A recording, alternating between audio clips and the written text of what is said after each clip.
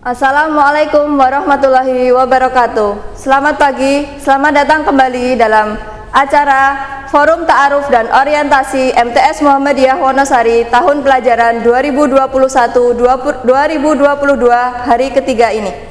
Ya teman-teman, pastinya tetap semangat ya di hari ketiga ini. Kita masih berjumpa kembali di channel YouTube-nya Matsmuri ini. Nah, di hari ketiga ini kami mendatangkan pemateri yang sangat luar biasa, dan tentunya materi ini juga berkaitan dengan remaja dan masa pandemi COVID-19 pada saat ini.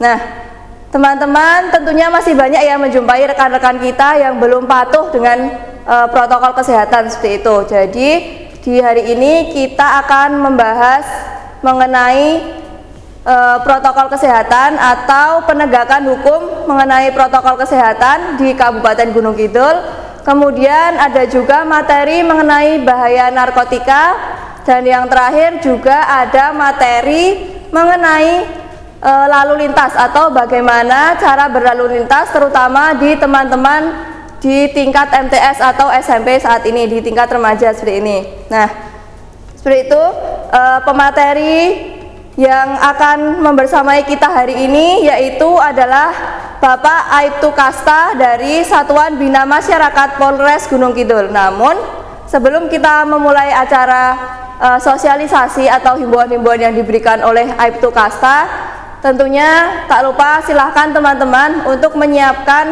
alat tulisnya masing-masing untuk mencatat apa-apa saja yang penting dan bisa diterapkan di rumah masing-masing seperti itu. Jadi nanti biar materinya lebih berkesan seperti itu. Nah, langsung saja monggo kepada Bapak Aibtu Kasta, kami persilakan. Bismillahirrahmanirrahim. Assalamualaikum warahmatullahi wabarakatuh.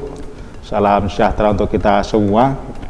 Adik-adik yang saat ini saya banggakan, pada kesempatan pagi hari ini kami dari Satbimas Polres Gunung Kidul akan menyampaikan edukasi di masa pandemi. Namun sebelum materi kita sampaikan, kita sedikit memperkenalkan diri. Nama saya Aibtu Kasta, jabatan Kanit Kamsa Satbimas Polres Gunung Kidul. Kemudian untuk menyingkat waktu, yang pertama akan kita sampaikan kaitannya dengan pengertian dan bahaya narkoba bagi generasi muda.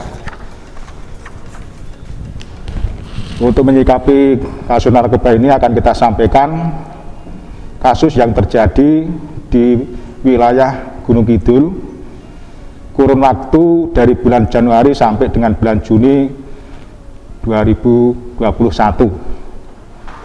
Kasus narkoba yang terjadi sebanyak 35 kasus, terdiri dari kasus narkotika 6 kasus, kasus psikotropika 12 kasus, dan undang-undang kesehatan 17 kasus. Untuk itu kita sampaikan pengertian daripada narkoba. Narkoba adalah narkotika, psikotropika, dan bahan aditif lainnya. Kemudian kita sampaikan pengertian satu persatu. Narkotika adalah zat atau obat yang berasal dari tanaman ataupun bukan tanaman, baik sintetis maupun semi sintetis, yang dapat menyebabkan penurunan ataupun perubahan kesadaran, hilangnya rasa, mengurangi atau hilangnya rasa nyeri, dan dapat menimbulkan ketergantungan. Kemudian psikotropika adalah zat atau obat yang alamiah maupun yang sintetis, bukan termasuk narkoba, yang bersifat proaktif, dapat menyebabkan turunnya saraf maupun dapat menyebabkan rasa ketergantungan. Kemudian yang ketiga, zat adiktif adalah bahan lain, bukan narkotika dan psikotropika, tetapi penggunaannya menimbulkan rasa ketergantungan secara psikis. Kemudian di dalam narkotika ini akan dibagi 3. Ini menurut daripada faktor efek yang ditimbulkan. Yang pertama, golongan 1 adalah ketergantungan sangat tinggi dan tidak direkomendasikan dalam bentuk terapi atau pengobatan, hanya digunakan untuk pengembangan ilmu pengetahuan. Contohnya heroin, kokain, ganja, ekstasi, dan sabu. Kemudian golongan kedua, ketergantungan tinggi. Terapi merupakan pilihan terakhir dan dapat dikembangkan untuk pengembangan ilmu pengetahuan. Contohnya morfin, petidin, dan metadon. Kemudian golongan tiga, ketergantungan ringan, banyak digunakan untuk terapi atau pengobatan dan pengembangan ilmu pengetahuan. Contohnya adalah kodein. Kemudian psikotropika dibagi menjadi 4 golongan. Golongan yang pertama adalah amat kuat yang menyebabkan ketergantungan, tidak digunakan untuk terapi tapi hanya digunakan untuk pengembangan ilmu pengetahuan. Kemudian golongan yang kedua, kuat yang menyebabkan ketergantungan, terbatas untuk terapi, pengembangan ilmu pengetahuan, contohnya vaksikidin dan Ritalin. Kemudian golongan tiga, yang sifatnya sedang, dapat menyebabkan ketergantungan, banyak digunakan untuk terapi dan untuk pengembangan ilmu pengetahuan, contohnya pentobarbital dan fluticasone. Kemudian golongan yang terakhir atau golongan keempat, bersifat ringan, menyebabkan ketergantungan, sangat luas untuk terapi dan pengembangan ilmu pengetahuan. Contohnya diazepam, makadon, mipam, leksotan, rohypnol, pilkoplo atau BK, dan nitrazepam. Kemudian urut-urutan penyalahgunaan daripada narkoba. Ini diawali yang dari ringan, nanti akan kita sampaikan 2 unsur. Yang pertama adalah rokok, nanti akan larinya ke narkotika. Kemudian kalau alkohol, nanti akan berkembang atau menjadikan kebiasaan menyalahgunakan psikotropika. Dari 2 faktor tadi nanti akan mengakibatkan ataupun menimbulkan perbuatan kriminalitas. Kemudian akan kita sampaikan aturan ataupun undang-undang yang berlaku kaitannya dengan narkotika, yaitu diatur dalam Undang-Undang Nomor 35 Tahun 2009. Yang pertama, sifat zatnya atau stimulan. Hiperaktif, meningkatkan daya tahan tubuh sesaat, euforia, dan percaya diri. Dampak yang ditimbulkan adalah tekanan darah meningkat, susah tidur, nafsu makan berkurang, keringat banyak keluar, gemetaran, sakit kepala, mual dan muntah, bisa berujung kematian. Kemudian psikotropika, dampaknya yang pertama adalah cemas dan gelisah, mudah marah, percepat denyut jantung, melakukan tindakan kriminalitas, ketergantungan, dan bisa berujung kematian. Sedangkan efeknya bisa menghilangkan kesadaran, gangguan berpikir, sulit bicara atau kidal, mengeluarkan keringat berlebih, dan juga dungu. Kemudian sifat daripada zat adiktif, bahaya ataupun dampak yang ditimbulkan, merusak permanen pada otak, hati, dan ginjal, memperlambat sistem kerja saraf, menghilangkan keseimbangan, dan menimbulkan halusinasi. Kemudian bahaya yang ditimbulkan, merusak permanen pada otak, hati, dan ginjal. Yang kedua, cenderung mengalami pendarahan pada hidung atau istilahnya mimisan. Yang ketiga, kehilangan ingatan. Yang keempat, sulit belajar ataupun melihat. Yang kelima, kehilangan kendali tubuh. Yang keempat, kram, nyeri, maupun batuk berdarah. Kemudian yang berikutnya akan kita sampaikan yang menjadi kebiasaan anak muda sekarang adalah merokok. Di sini akan kita sampaikan bahayanya kalau kita sudah kecanduan daripada merokok. Rokok berbahaya bagi kesehatan tubuh, namun banyak yang mengabaikan. Padahal pada bungkus rokok sudah terdapat kalimat di dalam peringatan bahaya rokok. Adapun penyakit yang bisa ditimbulkan akibat rokok, yang pertama adalah kanker kandung kemih, yang kedua adalah kanker lambung, ketiga jantung dan stroke, keempat kanker paru-paru, yang kelima kanker payudara, mulut maupun rahim, menurunkan kesuburan, kemandulan, keguguran, ataupun melahirkan bayi cacat. Itu efek ataupun dampak dari kita kecanduan merokok.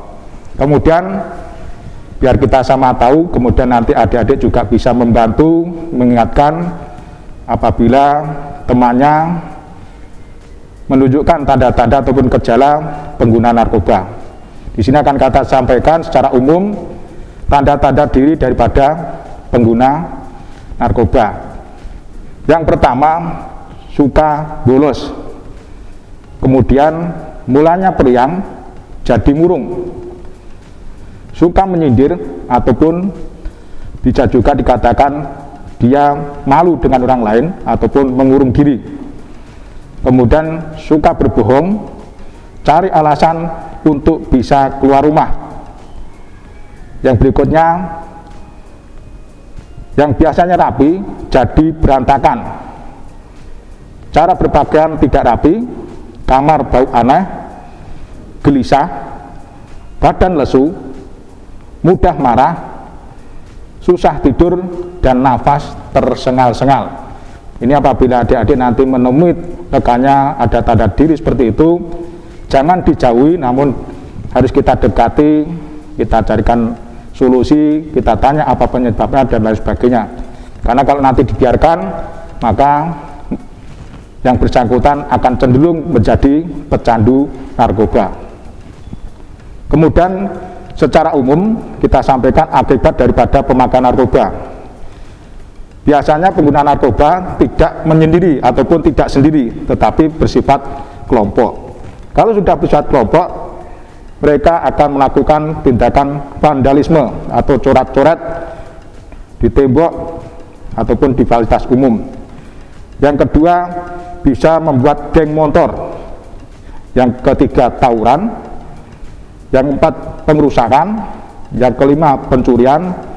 Yang keenam, laka lantas. Dan yang berikutnya adalah tindakan kriminal lainnya. Ini tidak menuntut kepinginan. Apabila nanti sudah kecanduan narkoba, bisa jadi juga adalah terjadi salah pergaulan. Kemudian yang berikut, ini yang akan kita sampaikan kasus tren yang berada di Gunung Kidul, yaitu penyalahgunaan Undang-Undang Kesehatan nomor 5 tahun 2009. Di wilayah Gunung Kidul, kasus terbesar adalah penyalahgunaan pil sapi atau disebut trihexyphenidyl untuk mengetahui gejala Parkinson dan juga digunakan untuk mengurangi efek samping obat antipsikopat pada pasien gangguan jiwa, sehingga menggunakan dengan resep dokter. Jadi ini tidak boleh kita asal beli kemudian kita gunakan tanpa petunjuk daripada dokter. Kemudian akan kita sampaikan tanda-tanda pengguna daripada pil sapi. Yang pertama adalah mulut kering, keluhan pusing atau sakit kepala, halusinasi, kesulitan buang air, denyut jantung cepat, dan pelebaran pupil mata. Kemudian akan kita sampaikan efek daripada penggunaan pil sapi menurut pengakuan daripada pemakai. Yang pertama adalah kuat begadang, tidak mudah lelah, meningkatkan mood. Kemudian yang terakhir, gembira secara berlebihan. Itu yang terjadi kasus di Gunung Kidul. Kemudian kita sampaikan kasus pil sapi yang ada di Gunung Kidul yang masuk di LP anak atau LPA yang berada di Wonosari, ada 3 anak, semuanya dari Kaparewon Wonosari. Itu masih sekolah di tingkat SMK dan SMA. Kemudian yang berikutnya akan kita sampaikan sakau ataupun gejala putus obat. Ini juga kita sampaikan berdasarkan pengakuan daripada pemakai. Yang pertama, nafsu makan meningkat, mudah marah, sulit fokus, paranoid, halusinasi, mudah gelisah dan bicara gagap, kulit pecah, kejang, menggigil atau badan ngilu, yang terakhir kontak mata buruk ataupun dapat kita katakan pandangan kabur. Nah, kemudian bagi adik-adik ada slogan yang harus kita terapkan di dalam kehidupan kita, katakan tidak pada narkoba. Hidup cerdas tanpa narkoba. Narkoba bisa membunuh anak negeri, bisa merusakan generasi muda. Itu yang kita sampaikan katanya dengan narkoba. Kemudian untuk session yang kedua akan kita sampaikan penegakan prokes di masa pandemi. Kita ketahui bersama saat ini di Gunung Kidul ataupun di Indonesia kasus COVID-19 sangat meningkat. Namun yang akan kita sampaikan di sini lingkupnya adalah lingkup di Kabupaten Gunung Kidul, di mana Bupati Gunung Kidul sudah mengeluarkan instruksi Bupati nomor 443/2997 tentang PPKM darurat atau tentang pemberlakuan pembatasan kegiatan masyarakat darurat di Kabupaten Gunung Kidul. Adapun alasan PPKM darurat diberlakukan mulai tanggal 3 sampai dengan 20 Juli 2021. Yang pertama adalah meningkatnya kasus konfirmasi positif yang sangat tinggi. Kemudian yang kedua, keterisian daya tampung rumah sakit rujukan pasien COVID-19 yang sudah melebihi ambang batas yang ditentukan WHO atau Badan Kesehatan Dunia. Kemudian yang ketiga, meningkatnya pasien COVID positif yang meninggal dunia. Kemudian yang terakhir, untuk memutus mata rantai penularan COVID-19 dengan cara membatasi mobilitas kegiatan masyarakat. Kemudian biar kita sama tahu alasan yang kita sampaikan di atas, kita dukung dengan data perbandingan tanggal 8 Juni 2021 dibandingkan 8 Juli 2021. Kasus terkonfirmasi di tanggal 8 Juni sebanyak 3.300. Kemarin atau 8 Juli sudah meningkat menjadi 8.821 atau kurang lebih sudah meningkat 5.500 kasus. Kemudian kasus sembuh pada 8 Juni 2.858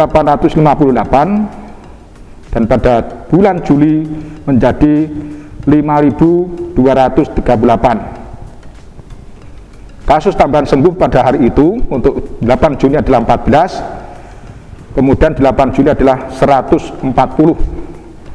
Kemudian yang ketiga adalah kasus pasien COVID yang dirawat. 8 Juni sebanyak 284 dan di bulan Juli sebanyak 3.233, dan hari itu penambahan pasien yang dirawat 8 Juli 47, 8 Juli sebanyak 248. Kemudian kasus meninggal pada tanggal 8 Juni 1058, 8 Juli sebanyak 355. Peningkatan kasus yang sama pada tanggal 8 Juni 3 kasus, sedangkan di 8 Juli 12 kasus. Dari data ini kita sangat prihatin kondisi di Kabupaten Gunung Kidul.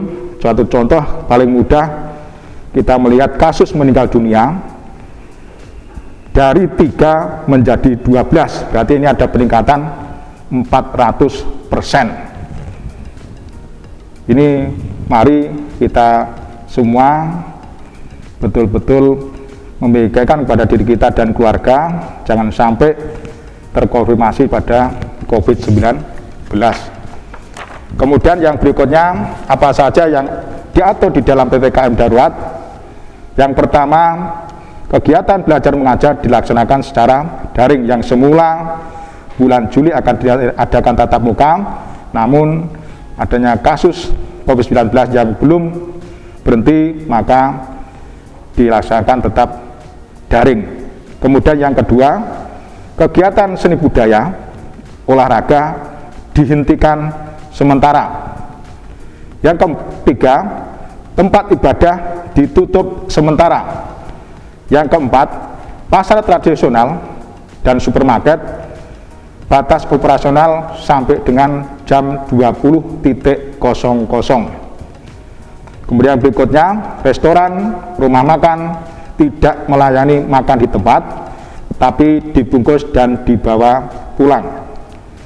Yang berikutnya, tempat hiburan dan tempat wisata ditutup sementara. Kemudian pembatasan mobilitas masyarakat dengan adanya penyekatan di pintu-pintu masuk ke wilayah Gunung Kidul. Ini kita sampaikan tambahan penjelasan.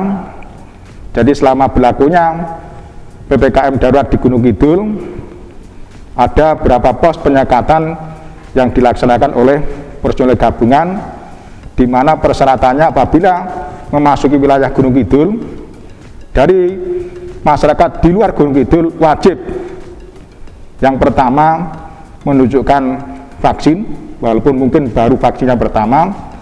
Kemudian yang kedua, melampirkan hasil rapid antigen negatif. Tanpa persyaratan itu, maka masyarakat yang akan masuk Gunung Kidul diputar balikkan. Jadi yang sudah berdiri pos penyekatan di wilayah rest area Bunder, Candi, dan Beduyu. Kemudian yang terakhir, pembatasan karyawan atau pegawai masuk kantor sesuai dengan bidangnya masing-masing. Kemudian berikut kita sampaikan pejabat ataupun personil yang melakukan penegakan PPKM darurat. Yang pertama adalah personil TNI, personil Polri, Satpol PP, Dinas Perhubungan, Dinas Kesehatan, PMI, BPBD, dan tenaga bantuan lainnya. Di sini saya sebutkan tenaga bantuan lainnya. Satu contoh di rest area ini adanya bergabung organisasi masyarakat yaitu Pemuda Pancasila. Kemudian tindakan daripada pejabat penegakan PPKM darurat. Yang pertama adalah tindakan preventif atau pencegahan. Yang kedua adalah tindakan preventif ataupun himbauan. Kemudian yang terakhir adalah tindakan represif dan penegakan hukum. Yang ketiga ini diberlakukan apabila dua tindakan yang di atas tidak dihiraukan, sehingga petugas bisa menggunakan tindakan represif ataupun penegakan hukum sesuai undang-undang maupun peraturan daerah yang berlaku. Kemudian kaitannya dengan tindakan yang dilakukan oleh pejabat penegakan PPKM darurat, di sini akan kita sampaikan sanksi bagi mereka yang melanggar PPKM darurat. Yang pertama adalah sanksi bagi masyarakat dan atau pelaku usaha. Ini dikenakan sanksi dengan Undang-Undang Nomor 4 Tahun 1984 tentang wabah penyakit menular. Yang kedua, Undang-Undang Nomor 6 Tahun 2018 tentang karantina kesehatan. Kemudian yang ketiga, perda yang berlaku di provinsi atau kabupaten kota setempat. Kemudian di dalam penerapan PPKM darurat ini, dari Mendagri juga menambahkan penerapan pasal dalam KUHP. Di sini akan kita sampaikan dua pasal pokok. Yang pertama adalah pasal 211 dan pasal 212. Ini katanya persorangan melawan petugas atau pejabat berwenang dalam melaksanakan tugas dengan kekerasan ataupun ancam kekerasan, diancam dengan hukuman 1 tahun 4 bulan penjara. Jadi minta tolong nanti pada adik, apabila mendapat teguran maupun himbauan dari petugas pada saat mungkin bergerombol ataupun ngumpul, alangkah baiknya langsung membubarkan diri. Karena apabila adik-adik melakukan ancaman, tadi kita sebutkan di pasal 211, yaitu akan diancam hukuman 1 tahun 4 bulan. Kemudian apabila kita sudah melakukan perbuatan kekerasan yang mengakibatkan luka-luka, maka ancaman hukumannya adalah 5 tahun penjara. Kemudian apabila menimbulkan luka berat, diancam dengan hukuman 6 tahun penjara. Dan apabila korban meninggal dunia, diancam hukuman dengan 12 tahun penjara. Itu yang dilakukan oleh perorangan.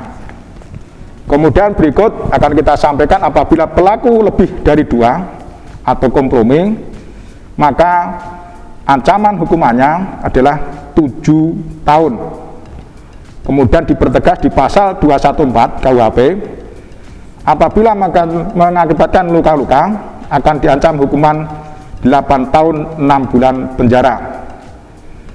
Mengakibatkan luka berat diancam hukuman dengan 12 tahun penjara.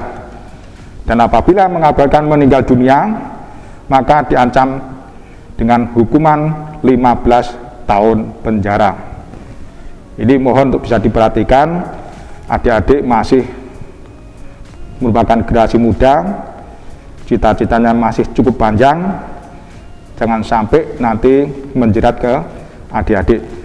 Kemudian apa yang wajib kita lakukan di masa pandemi saat ini, apalagi berlakunya PPKM darurat, maka kita wajib melaksanakan 5M. Yang pertama adalah memakai masker, selalu mencuci tangan dengan sabun dan air mengalir.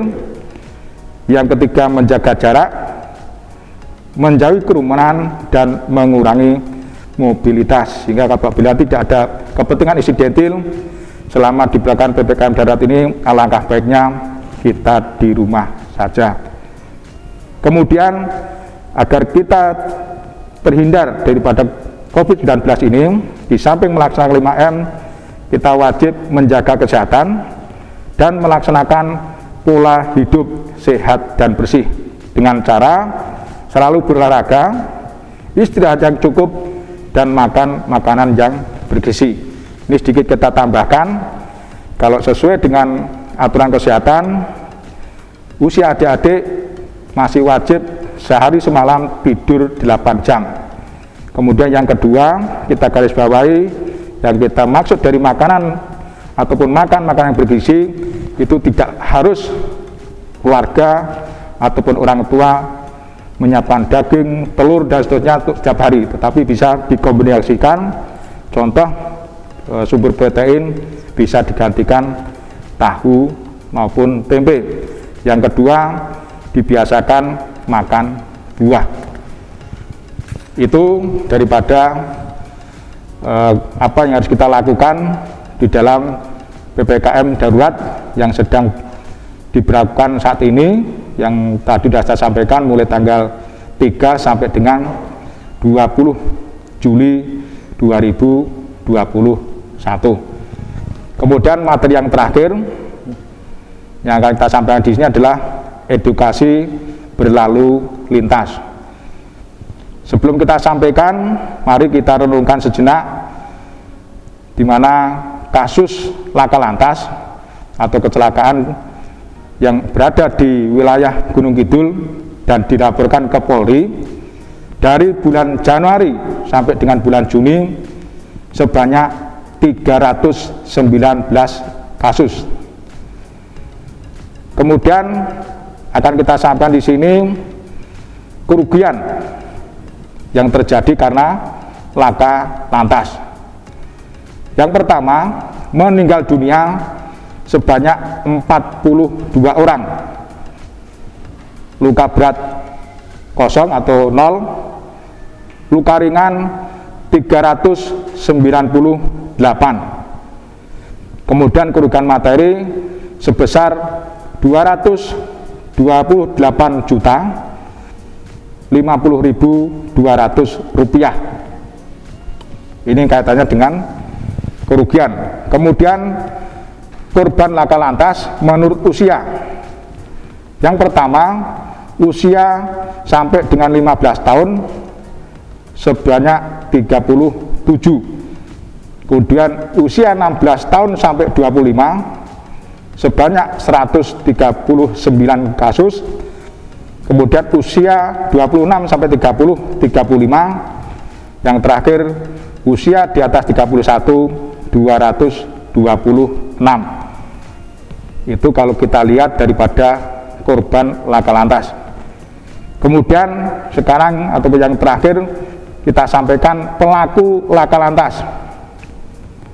Usia 0 sampai 15 tahun 34 kasus. Usia 16 sampai 25 tahun 77 kasus. Usia 26 sampai 30 tahun sebanyak 27 kasus, dan usia 31 tahun ke atas sebanyak 172 kasus. Jika di sini kita pahami usia adik-adik adalah antara 0 sampai dengan 15 tahun. Di sini sudah terlibat sebanyak 34 kasus. Ini yang harus kita renungkan bersama.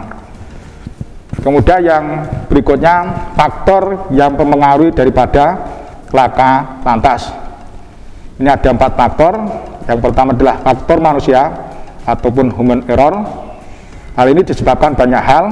Yang pertama adalah usia maupun kondisi pengendara motor. Ini yang kita maksud, usia belum dewasa atau belum memenuhi persyaratan untuk membawa kendaraan sendiri. Yang kedua, menyangkut dengan materi yang kedua tadi, bisa terpengaruh karena psikotropika ataupun narkoba ataupun dalam kondisi tidak sehat. Kemudian yang kedua adalah faktor jalan.